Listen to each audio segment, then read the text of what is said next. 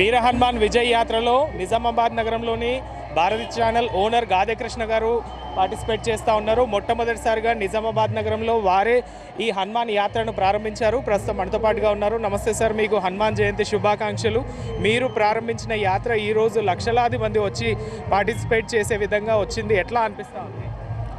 ముందుగా నిజామాబాద్ జిల్లా ప్రజలకు మరియు భారతి ఛానల్ ప్రేక్షకులకు హనుమాన్ జయంతి శుభాకాంక్షలు. ఈ ప్రతి సంవత్సరం చాలామంది పెరుగుతున్నారు.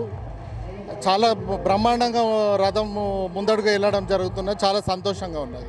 సార్, మీకు ముందుగా ఆలోచన ఎలా వచ్చింది? ఏ సంవత్సరంలో మీరు ప్రారంభించారు?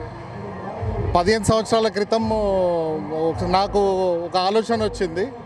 ఆ ఆలోచన రావడం మా టీంతో నేను మాట్లాడడం జరిగింది. మాట్లాడితే వాళ్ళు ఈ ఐడియా ఇచ్చారు, ఇట్లా ఒక విగ్రహం ఇద్దాము, దాని ద్వారా మనము ముందడుగు వెళ్దాము అని చెప్పారు. అయితే అలా ఇది స్టార్ట్ అవ్వడం జరిగింది. ఫస్ట్ ఇయర్లో ఎవరు కూడా అంత ఇంట్రెస్ట్ చూపెట్టలేరు, కానీ ప్రతి సంవత్సరం భక్తులు, హనుమాన్ దీక్ష వాళ్ళు చాలామంది ముందడుగు రావడం జరుగుతుంది. మీరు చూస్తూనే ఉన్నారు, ప్రతి సంవత్సరం భక్తులు పెరుగుతూనే ఉన్నారు. ఇదంతా హనుమాన్ దయ.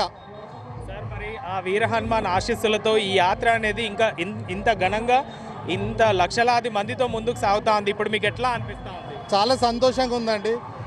అందరూ సుఖ సంతోషాలతో అందరూ బాగుండాలని కోరుకుంటున్నాము. థ్యాంక్ యూ అండి. భారతి ఛానల్ ప్రేక్షకులకు, నిజామాబాద్ నగర ప్రజలకు మీరు ఇచ్చే సందేశం ఏంటి?